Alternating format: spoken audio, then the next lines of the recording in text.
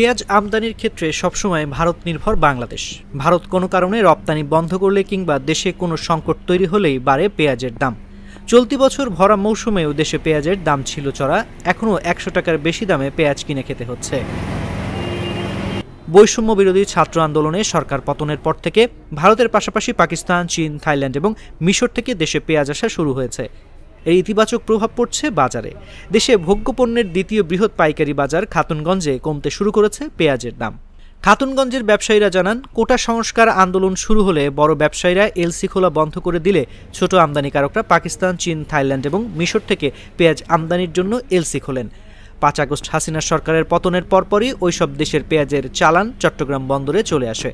এরই মধ্যে বন্দর থেকে খালাস নিয়ে আমদানিকারকরা এসব পেঁয়াজ বাজারে ছেড়েছেন, তাতেই কমতে শুরু করেছে দাম। দেশি পেঁয়াজ নাসিলের জন্য দাম বাড়তেছে, এখন সব জায়গা পেঁয়াজ আসলে এখন বাজারে কমতেছে।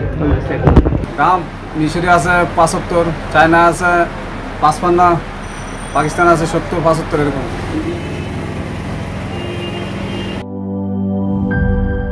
Cheer up! চলো পুরাই খুশি নতুনের সাথে তুলে নিয়ে হাতে। Cheer up, oh oh cheer up, oh oh cheer up. চুমুকে চুমুকে enjoy the life. চলো পুরাই খুশি তুলে নিয়ে হাতে। Cheer up, oh oh cheer up. চিল হবে রিফ্রেশিং মুডে। চিয়ার আপ, চলো উড়াই খুশি।